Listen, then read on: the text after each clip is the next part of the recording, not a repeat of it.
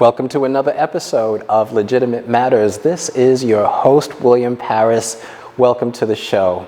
I was thinking recently about the conversation and certainly what's been going on recently about mental wellness, mental health. And it occurred to me that mental health and certainly Mental Awareness Month has actually been established since 1949, but we're really just talking about it now. I also realized that Columbine, the shooting at the school Columbine, took place in 1999, and here we are in 2019, and it seems that the crisis of mental illness is just now surfacing. In fact, CNN recently released a report indicating that suicide, as a matter of fact, was up 33% since 1999. And that's about how many years to date? So today I have the pleasure of welcoming my guest, Dr. Nii Addy. Dr. Nii Addy is an associate professor of psychiatry and cellular and molecular physiology at the Yale School of Medicine. He received his BS in biology from Duke University and his Ph.D. in neuroscience from Yale University. At Yale, Dr. Addy directs a research lab where he and his staff investigate the neurobiological basis of substance abuse, depression, and anxiety. Dr. Nii, welcome to the show. Thanks so much for having me. It's great to be here. Did I pronounce all the words right? You did. I'm impressed. It's always a mouthful. Right. Well, I'm glad I got it right.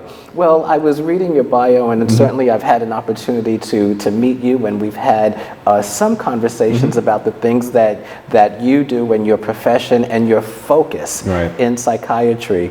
And unlike clinicians that meet with patients and determine what the cause of mental illness is or whatever the symptoms might necessarily represent for the client, you're coming from a whole different perspective. You're in the laboratory and doing research on something that is so important and is really relevant in today.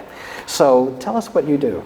So just basically as you mentioned, I'm a neuroscientist by training, and so that implies and suggests that we're actually studying the brain in particular. And one of the things that we're most interested in is what happens in the brain that actually guides our behavior. So how does that happen for us as human beings, and how does that happen for us as a species, and how does that happen from lower species all the way up to human beings? And also being in the psychiatry department, we're particularly interested in behaviors that are associated with psychiatric illnesses. So a lot of times in the field, we'll talk about those things being maladaptive behaviors. So a lot of times when I give talks to students or I'm talking to the community, I ask people to just share with me what behaviors come to mind when you think about specific psychiatric illnesses or psychiatric struggles. So I'll say, what behavior comes to mind when you think about depression? What behavior comes to mind when you think about anxiety? What behavior comes to mind when you think about addiction or substance abuse? And basically what we're trying to do in the lab is to understand what's happening in the brain that actually allows that behavior to occur. And can we understand how that behavior is occurring in the brain, what's happening in the brain, and can we actually potentially change what happens in the brain to change the behavior? And there's lots of different ways that can happen. That can happen through different medications, that could happen through different behavioral trainings. And so for us, it's really just trying to understand the brain piece of that and then trying to integrate that with a lot of the other things that are available to us as scientists and as individuals who are deeply invested in mental health. When I think about that, and you say when you think about mental illness, what types of symptoms or behavior comes to mind? And that is such a broad spectrum. You have individuals that certainly there is sleep disorder that's associated with that. There's manic behavior, and then there's depression, and depression is different. with many different people. Right, right. So if you're talking about to a male versus a female or a teen, it could take shape in so many different forms. Right. So what does your research focus on neurologically? Okay, in order to identify what initiates that behavior. Right, right. That's a great question. So before I get to the question, just to highlight, you've brought up a great point. Okay. So when we're talking about mental illness, one of the challenges is that it can look different for different types of people. Okay. So depression is a great example, and you brought up sleep as well. You sound like you're an expert. So sleep in particular. So some people with depression will sleep a lot more. Right. Some people with depression may sleep a lot less. But that's still all categorized under depression. Right. And the challenge for us as a field is that two different individuals may both have depression, but they may have depression for different underlying reasons. And so the challenge there is knowing what's the best way to address that for individual A versus individual B. So really in the lab, we're trying to understand what that means from a biological perspective. So the biology of the brain in particular. So the work that we do is actually just trying to set up models where we can try to understand some of those pieces. So in particular, we usually use rodent models. So rats and mice in particular, which have been used in research for decades, longer actually. And what we can do there is to ask, well, are there certain behaviors? So obviously it's difficult to ask a rodent, are you depressed? But we can do different types of analyses. And so for instance, like humans, rodents they like to drink things that are sweet. So one of the things that we'll do is to allow them to drink a sweetened solution of water compared to just normal water. And to see how much of the animals will actually prefer that sweet solution to a different solution. And if animals are isolated, like people, sometimes they'll go into a state where they won't actually take as much of the sweet solution, or other different situations. So at that point, what we can do is actually try and look in the brain using specific probes and understand what has changed in the brain that actually pushes that animal to have less of a desire for something that's pleasurable. And there are different ways that we can do those types of things to actually get some insight. We can also do things that are related to anxiety. So rodents, for instance, don't like to be out in the open. They like to be in enclosed spaces. So in a sense, a rodent that is quote unquote less anxious may spend more time exploring in a certain environment. An animal that's less anxious or more anxious won't spend as much time. And we found that there are certain things that can change aspects of the brain, either in rodents or in humans, and you'll see similar types of behaviors emerge. Okay, I'm listening to you, and now you've just opened up my mind, and now I have tons of questions, but I'll tell you what, we're going to go to break, and I'm going to try to digest what you just said to me, and when we come back from break, we're going to dig a little deeper and find out more about that. Excellent. William Parris, Legitimate Matters, stick with us. This is an interesting conversation. We'll be right back.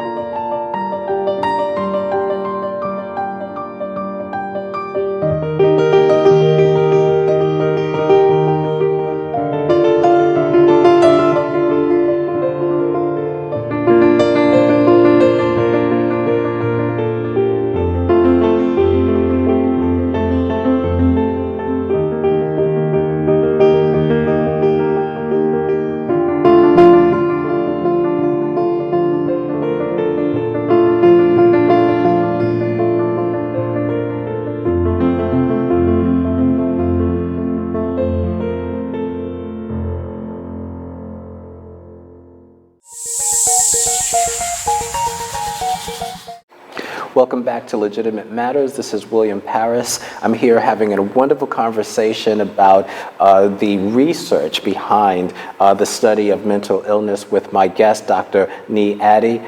Dr. Nii, in the last segment, you were explaining how you work with rodents to really explore the different types of activities that might attribute to mental illness. And you were talking about using sugar in water because rats prefer this. And I was trying to understand as you were speaking, is this something that do you study the brain waves of the rodent, or do they react a certain way as humans do? Can you dive a little more into that? Yeah, so we actually focus on both aspects. So when we look at the behavior itself, we can see how they respond, whether they drink the sugar water or not, to understand what their reward seeking is like. But then we also look at certain chemicals in the brain known as neurotransmitters. So there are certain neurotransmitters that people have often heard of, dopamine being one that's often in the popular, the popular literature and kind of out there in the public space that people talk about. But we can look at changes in those chemicals in the brain and to see whether that correlates with some of the behaviors that we're looking at.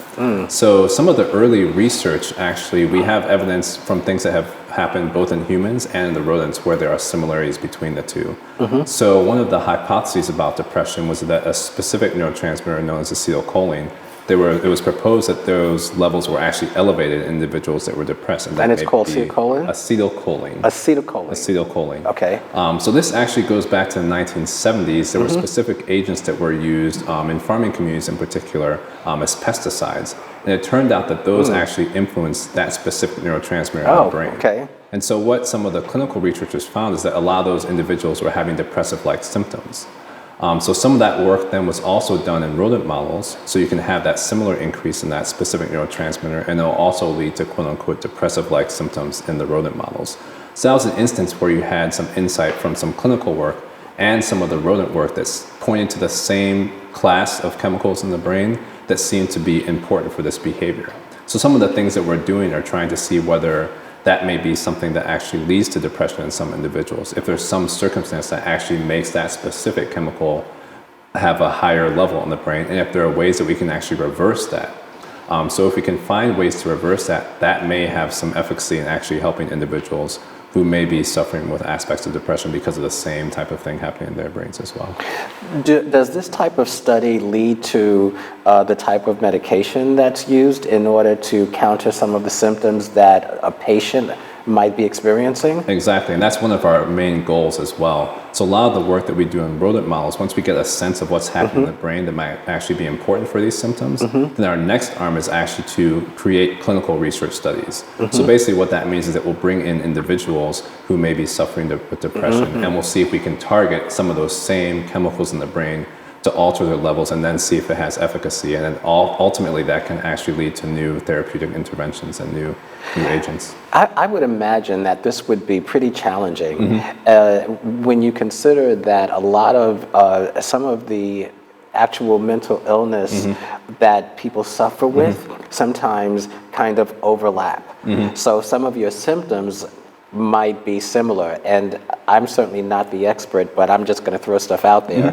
As an example, someone might be hyperactive, or they might be impulsive, and the impulsiveness or the risky behavior or things that they do that I would consider to be excessive are really part of their mental illness. But that could also overlap with the person abusing drugs, okay, which is another form of mental illness. And you study also, your research also involves drug abuse. So how does this all come together? Right.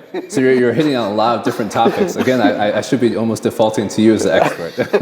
No. But I'll try and touch on some of those. So you do bring up really important topics. And one thing that actually comes to mind, so one of the topics that came up in the recent town hall event that we had in New York City, so speaking primarily about the intersection of mental health and faith, was thinking about mental health in terms of a spectrum. Okay. So one of our speakers, Vicki Sigworth, who is the vice president of the National Alliance on Mental Illness in New Haven, she talked about mental health in terms of it being a spectrum and how we all fit on that spectrum. And there are moments when we all share some similarities, but then there are moments when that pushes to the other side of the spectrum, when that pushes into something that would be considered more so an illness. So impulsivity is a great example. Okay. So people who are impulsive are often very effective in what they do and getting things done. They move quickly in certain situations and are able to sometimes push the boundaries of any specific circumstance and really be trailblazers in a lot of ways. But sometimes that can push to the point where it becomes detrimental to either their own physical health or their mental health. So again, that kind of highlights the aspect of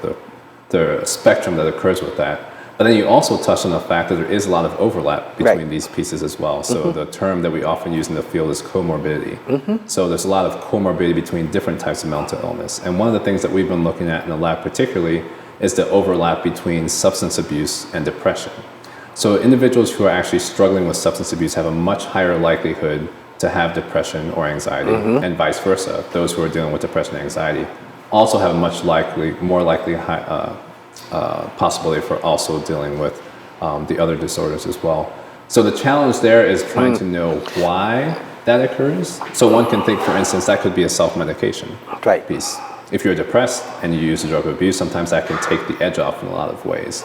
But it's also trying to understand which one comes first. So for instance, someone who is trying to abstain from using a specific illicit or illicit substance is often going to be more anxious. Part of that may be because of their underlying state, but part of that may also be because of the drug itself and because they're no longer using drugs. So these are some of the challenges we're actually trying to address.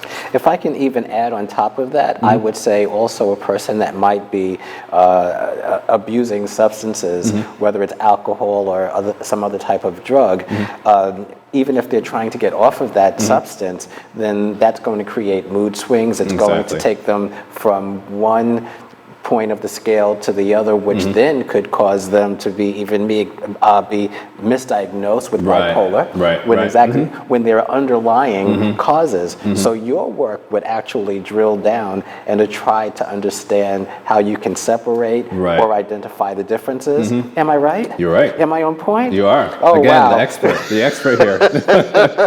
I'm paying attention. How about that? Well, this is great. We're going to take another break. And for those of you watching, stay tuned. This is a great conversation. I'm learning a lot, and I think this is important considering the climate that we have with mental illness in America and even around the world. So come back, stay with us. We'll be right back after the break. Also, NAMI has a free 12-week course called Family to Family. I happen to teach it up in New Haven. And and my favorite parts of the course are when we do role plays and we talk about how to love our ill family members, how to treat them with respect. You know, we try to teach the family members, look, if you're struggling with anxiety and depression, whether it's diagnosed or undiagnosed or psychosis, even worse, think for a minute how you must be feeling about yourself.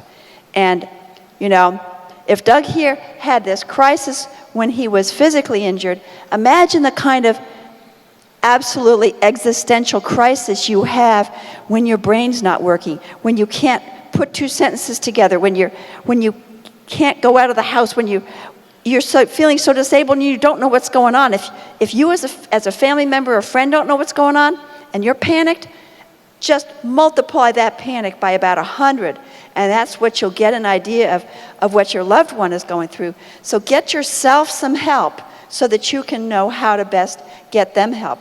And NAMI is, again, a great resource for that. Hi, I'm Ernest Gregory on the set of Legitimate Matters. Stay informed, stay tuned, stay on this program.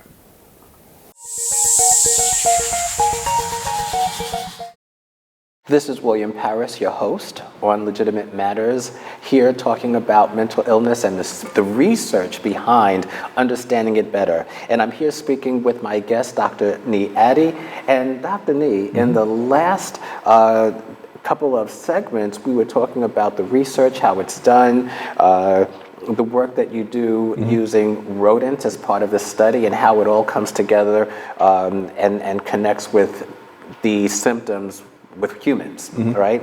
But for the viewers who are watching and they're listening, I know they're saying, wow, this is all interesting, and they're trying to understand it and wrap their brain around it. So in layman's terms, can you tell us what the end goal is and why we should really pay attention to this and how it, at the end of the day, really does affect those of us who have concerns? Well, one thing that I just wanted to acknowledge off the front is just to state that these are situations that are really challenging for individuals. So any mental health challenges, we know that these are challenging situations for people to move through. And what we're really trying to do is to really understand what's happening in the brain when people are in these specific situations. And if we can somehow alleviate those types of things and bring people relief and actually kind of restore them in a lot of ways with these interventions. So a nice thing for us within the laboratories, we're able to control a lot of the factors. So in the last segment, you talked about how there can be some confusion sometimes. So if someone is trying to detox from substance abuse, how that might lead to a misdiagnosis or those types of things. So in the laboratory setting in particular,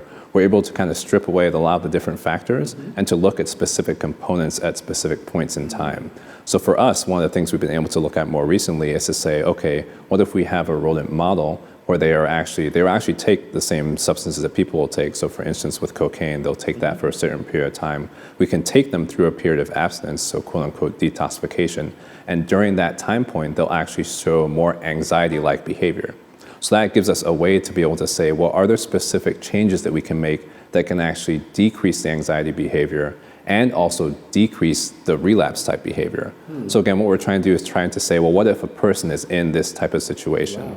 So a lot of times when we're teaching the medical students, we'll have someone who's currently recovering from drug addiction actually come in and talk to the students. Really? And people will say, that craving that they have for that drug is like, imagine your favorite food that you love to have. I don't know what that is for you. Some it might be chocolate. I don't know if you want to divulge and say what your specific everything.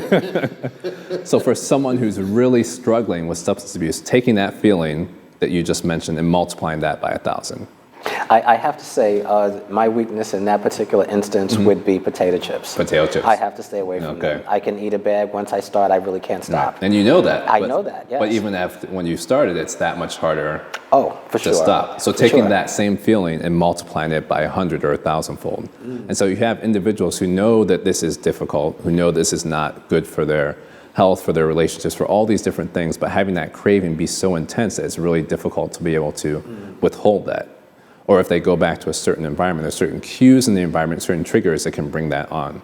What we can do in our rodent models is try and mimic that and then see if there's ways that we can intervene to actually prevent that from happening. And so for us to be able to have those things, eventually some of the work we do in rodents, once we have figured out some of the biology in the brain, we then do clinical research studies with individuals who are struggling with craving and relapse to see whether the same manipulations and changes that we can induce in the animals might also help people to have a decreased relapse, decreased craving. So for us, it's the same motivation when we're thinking about things like depression and anxiety as well.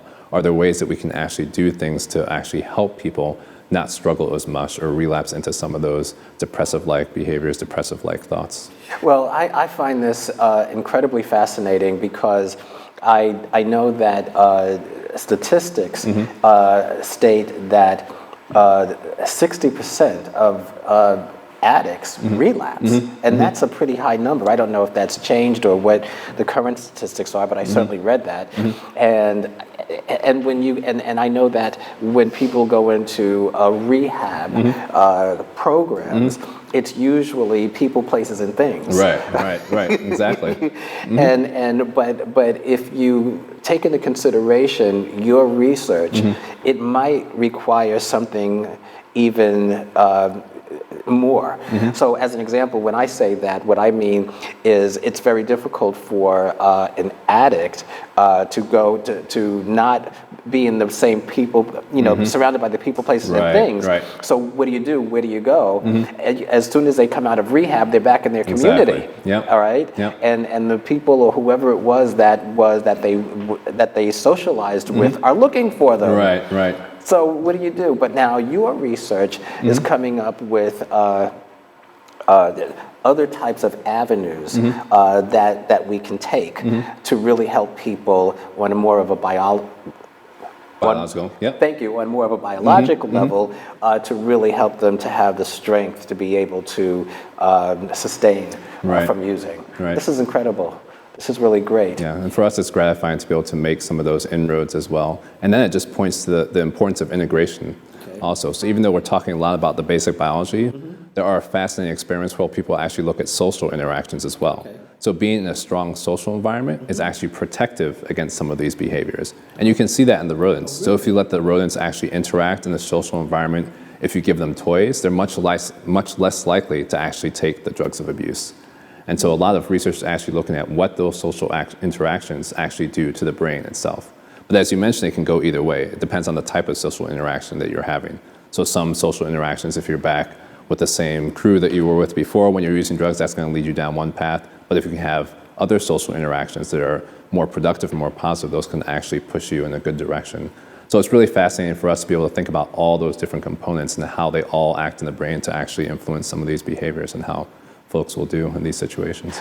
So, having said this, is there, if someone wants to understand this and do their own research on this, what would you recommend if there's an individual that says, oh, my brother, my sister, my mother, or somebody is dealing with mental illness, it might help them to understand the research that you do, okay? So in the next 30 seconds, can you wrap this up for us and just give us your recommendations? Right, so there's a lot of different avenues that I would recommend as well. So there are a lot of avenues and resources that are available online. In particular, the National Institutes of Health has a specific agency, the National Institute on Drug Abuse, that has resources about how drugs and abuse actually influence the brain, and then also has resources that can plug people into what some of the available advocacy groups are as well. One of the groups I often like to highlight is the National Alliance on Mental Illness. So that's a grassroots organization that doesn't focus as much on the biology,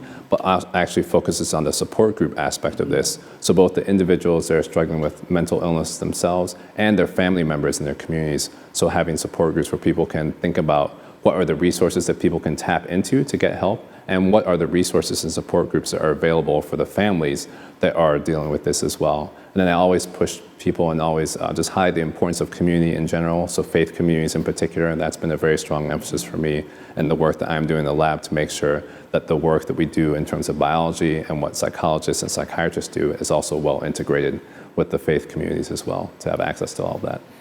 Well, this show has gone much too quickly because I can talk to you for a very long time. But for my viewers, you know, my feeling, Dr. Addy, is that it's important to understand the causes. Anytime you're trying to address a problem, you can look at the symptoms, but unless you understand really the cause, it's really hard to find an ongoing or permanent solution. So I greatly appreciate what you've shared. I appreciate the work that you do in your research. This is so needed. Thank you so much for being on the show. Would love for you to come back because there's so much more for us to talk about. I agree. And then for my viewers who are watching Legitimate Matters, I also appreciate you watching. Thank you so much. Please continue to subscribe to my YouTube channel. That's Legitimate Matters on YouTube. And go to my website, legitimatematters.com. I'm your host, William Parris, and with much love and appreciation, thank you so much for watching.